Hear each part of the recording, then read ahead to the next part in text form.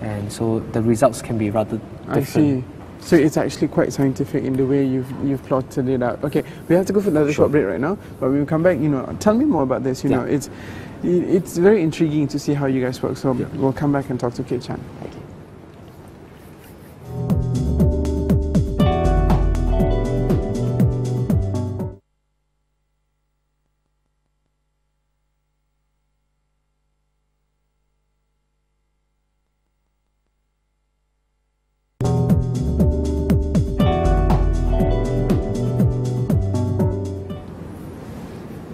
So, okay, here's an interesting thing here. How to tune in, slow down, and interact with art. Sure. So this is what we were just talking about this, how do you go about doing it? Now, the thing is like, photography, it's art, right? There's no argument, but the sad thing about the current advance of technology in digital imaging, a lot of photographers try to break it down as if it is a science. That's right. And most of the time when they turn in for inspiration, and when it's art, you need a lot of inspiration, and most of them turn to photography books. Very specific, but really, if you're talking about art, you need to draw inspiration from all facade of life, and everything in life. And we've got the biggest points of reference here. It's nature. The Mother Nature is one of the greatest, one of the greatest way that we can gain inspiration, how to use it to our advantage. And of course, I mean, whatever we can do, photography is painting with light. That's right. And of course, the whatever we can do is just trying our best to emulate what God has done. Now, God created the first diffuser, which is the clouds, right? And then, of course, the way the side lightings is depending on what time of the day, and then how we front lit and back lit. So everything we do, it's really trying to imitate. The best we say, we could try to imitate God's work. And then, of course, this is how one of my greatest passions is about reading. And of course, magazines like this are the best because they are the most current. And of course, and they always give you a new story to work on. Now, having said that, I belong to the old school of photographers where we are trained, where we started my career, we actually use film and all. But that doesn't mean we stop. We need to improve ourselves. And of course, the one of digital photography has pushed us to new boundaries. Now, but if I can just interrupt you there, but the other thing that digital photography does is that it takes, it gives such a liberation to the users, and it makes everyone a photographer because you don't have to be so considerate about the amount of money you spend on films and stuff. So it's digital. So do you think that dilutes the art a little bit? Now, I sometimes complain it's too much liberation. Now, very similar. Now, cooking, is it an art form?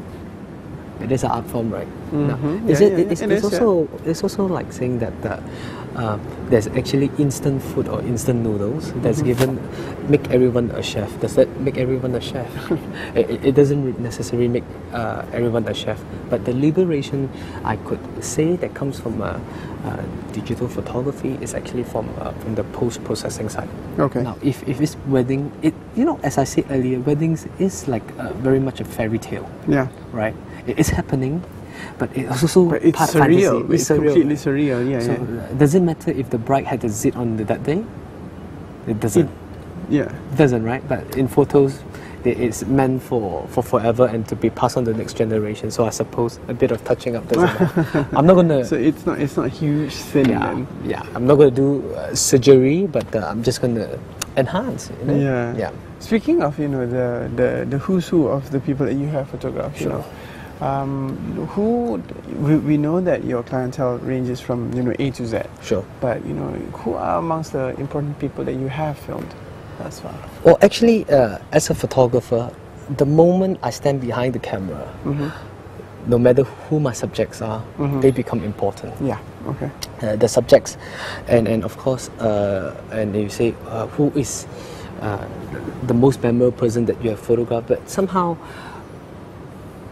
See, I think the big part of a very good photographer, especially someone who specializes in portraiture and weddings, is because what we are trying to do is essentially trying to freeze a moment in eternity. Yeah. Right. So I suppose if we are able to bring out someone, right, at that moment and capture them effectively, we have done a great job. So moving forward, you know, you've become the master of your craft, Sure. And you have a great team working behind you. So you can only but go up. Yeah. So where is up? We would see ourselves doing more regional work, and doing more international work, and of course, to improve, we would then now with so much that I learned from what we have learned, we really try to impart more knowledge, and that's one way we think we will continue learning, because you can't teach if you're not learning. Yeah. So you can't be teaching techniques of the yesteryears, you know, to the future generation. I suppose that's one way that we are looking at continue improving ourselves, is by guiding new photographers, and that's one area that we are definitely looking at. Right. Okay. Business-wise, so you've established yourself as one hell of a photographer here in Malaysia. Sure. It's time for you to conquer the rest of the region, and a bigger scale. So any plans to do that? Well, I suppose I know that you got assignments like what you just told me. Yeah.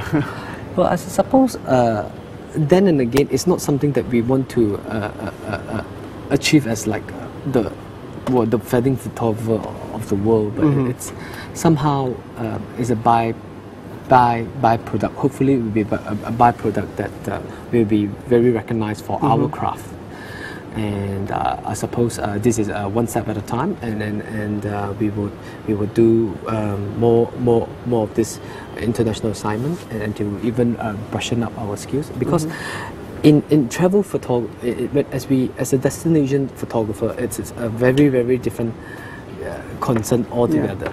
Now, because you have to pick up the nuances and all that.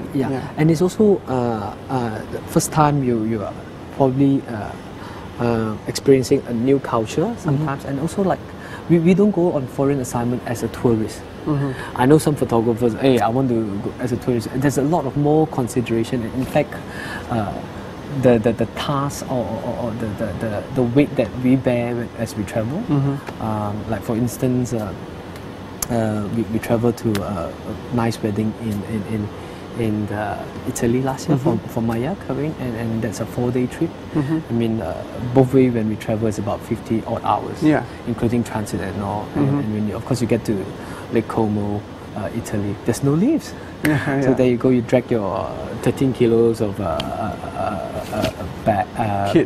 kids, and then your suitcase. You know, those are consideration, and of course we really have to pay attention to backups, our backups, and how our gears are stored. Right. In fact, as sometimes when we travel, sometimes when we travel with our photographers, we travel in pairs. You know, because it's so far.